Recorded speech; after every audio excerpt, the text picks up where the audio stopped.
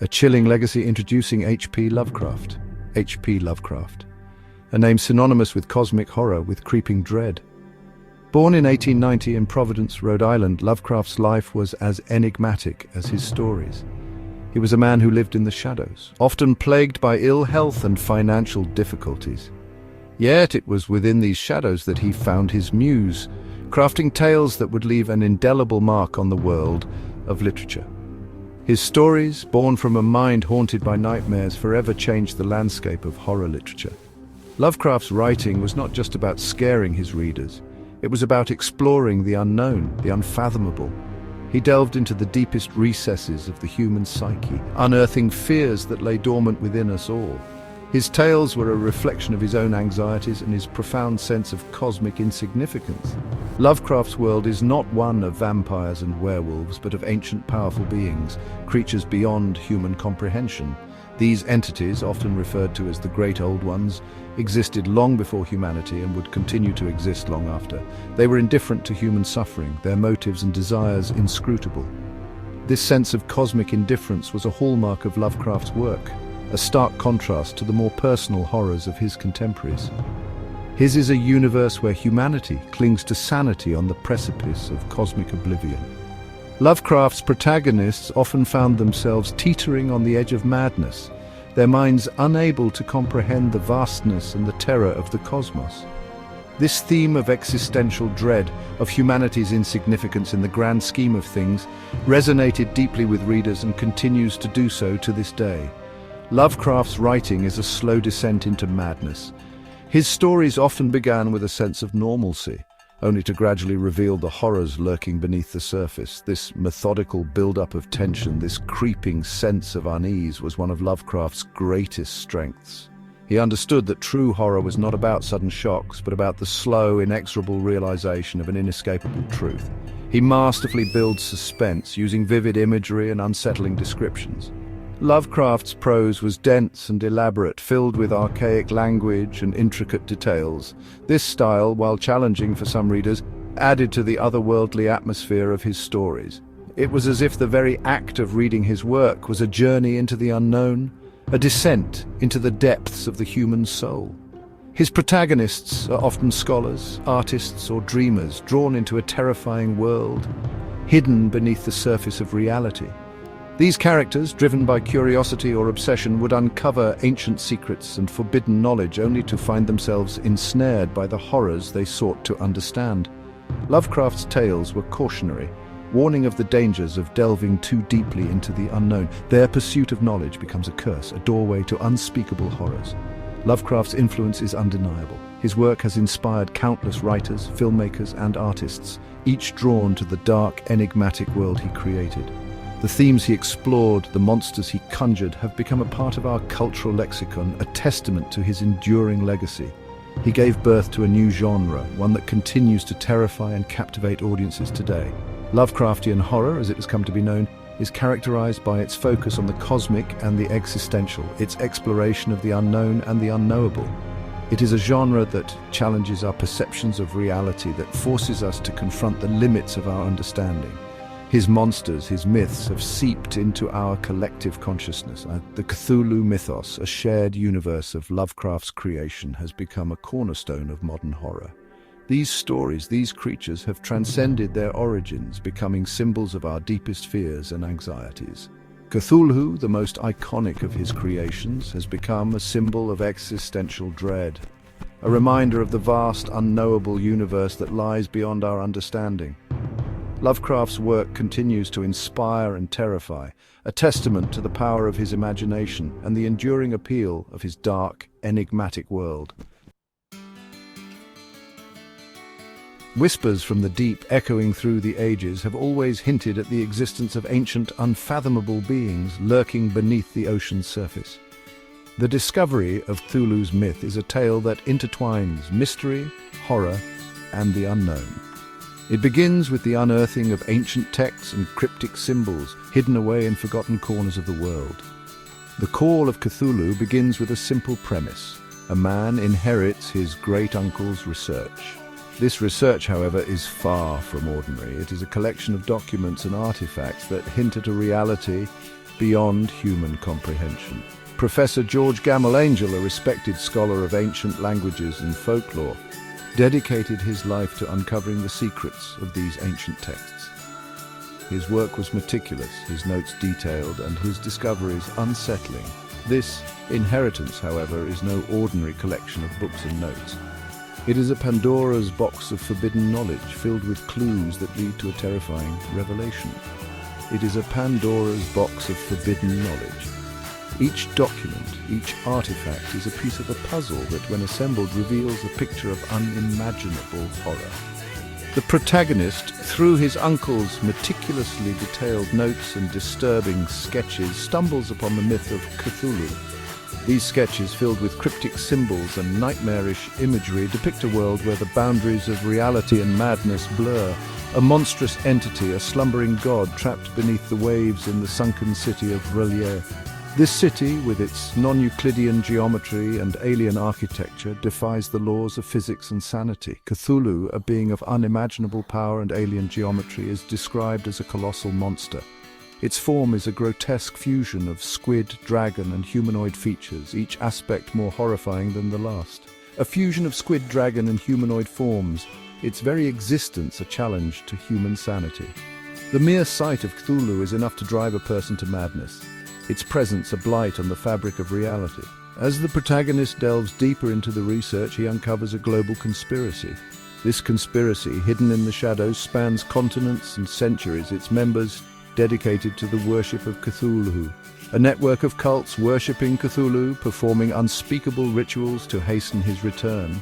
These cults, shrouded in secrecy, operate in the darkest corners of the world, their members willing to do anything to bring about the rise of their dark god. He reads of sailors driven mad by chance encounters with R'lyeh, their minds shattered by the glimpse of the sunken city and its monstrous inhabitant. Artists plagued by visions of cyclopean cities and monstrous deities. These visions, haunting and vivid, drive them to the brink of insanity, their art a testament to the horrors that lurk just beyond the veil of reality. The protagonist's journey is one of discovery and dread, as he pieces together the fragments of his uncle's research. Each new revelation brings him closer to the truth and closer to the edge of madness. The myth of Cthulhu is not just a story, but a warning, a reminder of the fragility of human sanity and the thin veil that separates our world from the horrors that lie beneath. As we delve into the myth of Cthulhu, we are reminded of the limits of human understanding and the dangers of seeking knowledge that is best left forgotten. The discovery of Cthulhu's myth is a journey into the unknown, a descent into madness, and a confrontation with the very nature of reality itself. A troubling inheritance. The protagonist's descent into madness. The deeper the protagonist dives into the mystery, the more his own sanity unravels. He is haunted by nightmares, plagued by visions of Cthulhu's awakening. The line between reality and nightmare blurs. He becomes obsessed, consumed by the very horror he seeks to understand. Lovecraft masterfully portrays the protagonist's descent into madness. His writing becomes increasingly frantic, disjointed, reflecting the character's crumbling mental state. The reader experiences the terror firsthand, drawn into the vortex of the protagonist's unraveling mind. Lovecraft understood the power of suggestion. He rarely describes the horrors directly. Instead, he lets the reader's imagination fill in the blanks, making the experience all the more terrifying. The protagonist's fear becomes our own, his nightmares our own. We are left to confront the chilling realization that some knowledge is best left buried. Unfathomable horrors, encounters with the otherworldly. In the dead of night, when the world is cloaked in darkness and silence, the veil between our reality and the unknown grows thin. It is in these moments that the unimaginable creeps into our world, leaving behind traces of its eerie presence. The narrative takes a terrifying turn when the protagonist uncovers a series of seemingly unconnected events. Each discovery, more unsettling than the last, pieces together a puzzle that reveals a sinister pattern. The protagonist's hands tremble as they sift through old, dusty documents, each page whispering secrets of a dark past. Mysterious letters filled with cryptic messages and ominous warnings hint at a malevolent force lurking just beyond the edge of comprehension. A sculptor's fever dream inspires a chillingly realistic statue of Cthulhu. The artist, driven by an inexplicable compulsion, works tirelessly, his hands moving with a life of their own. The statue, with its grotesque features and menacing presence, seems almost alive, as if it could awaken at any moment. The sculptor's studio, filled with eerie sculptures, becomes a shrine to the otherworldly, a place where the boundaries between reality and nightmare blur. A police raid on a Louisiana swamp cult reveals a disturbing ritual centered around a grotesque idol. The swamp, shrouded in darkness and mist, becomes a stage for a macabre ceremony. Hooded figures, their faces hidden in shadow, chant in an ancient, forgotten language. Torches flicker, casting eerie shadows on the grotesque idol at the center of the ritual. The air is thick with the scent of decay and the sound of whispered incantations, creating an atmosphere of palpable dread. These events, scattered across the globe, paint a disturbing picture. A map dotted with pins marking each occurrence reveals a web of terror that spans continents.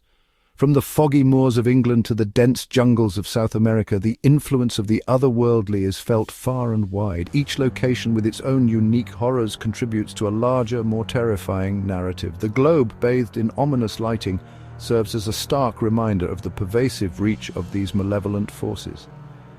Cthulhu, though trapped beneath the waves, is not entirely dormant. The stormy ocean, with its tumultuous waves and hidden depths, conceals ancient secrets. Deep-sea creatures with their otherworldly forms hint at the presence of something far more sinister lurking in the abyss. Underwater ruins illuminated by eerie lighting tell the tale of a forgotten civilization that once worshipped the Great Old One. Even in his slumber, Cthulhu's influence seeps into the world, a constant reminder of the horrors that lie beneath the surface. His influence seeps into the minds of artists, driving them to madness.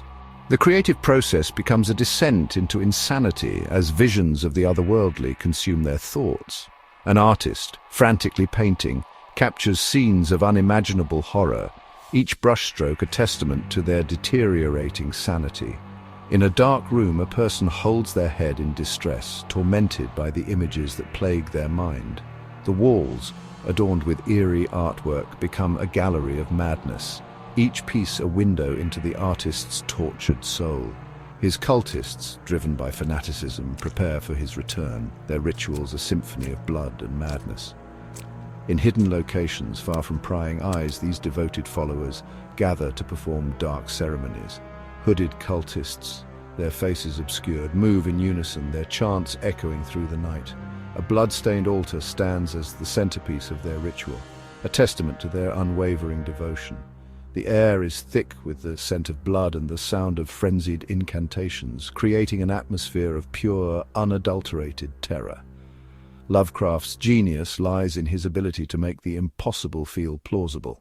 At an old desk, an author writes feverishly, their typewriter clacking with each keystroke. The horror-themed text that emerges is a blend of the real and the fantastical, grounded in a world that feels all too familiar. A person intensely reading an old book becomes engrossed in the narrative, their mind transported to a realm where the impossible becomes reality. Lovecraft's words weave a tapestry of terror, drawing readers into a world where the boundaries of reality are constantly shifting. He grounds his cosmic horror in believable settings, using news clippings, journal entries, and scholarly text to create a sense of realism. Old newspaper clippings, yellowed with age, recount strange occurrences and unexplained phenomena. Journal entries filled with eerie sketches and cryptic notes offer glimpses into the minds of those who have encountered the otherworldly. Scholarly texts, adorned with ancient symbols, provide a veneer of authenticity, making the horrors described within their pages all the more convincing. This meticulous attention to detail creates a world that feels both familiar and terrifyingly alien. This juxtaposition of the mundane and the otherworldly amplifies the horror, making it all the more terrifying. A normal house, bathed in eerie lighting, becomes a place of dread, its familiar walls hiding unspeakable secrets. A dark alley with a mysterious figure lurking in the shadows transforms an ordinary setting into a scene of impending doom. The contrast between the normalcy of day and the eerie stillness of night heightens the sense of unease, reminding us that the otherworldly can intrude upon our lives at any moment, shattering the illusion of safety and normalcy.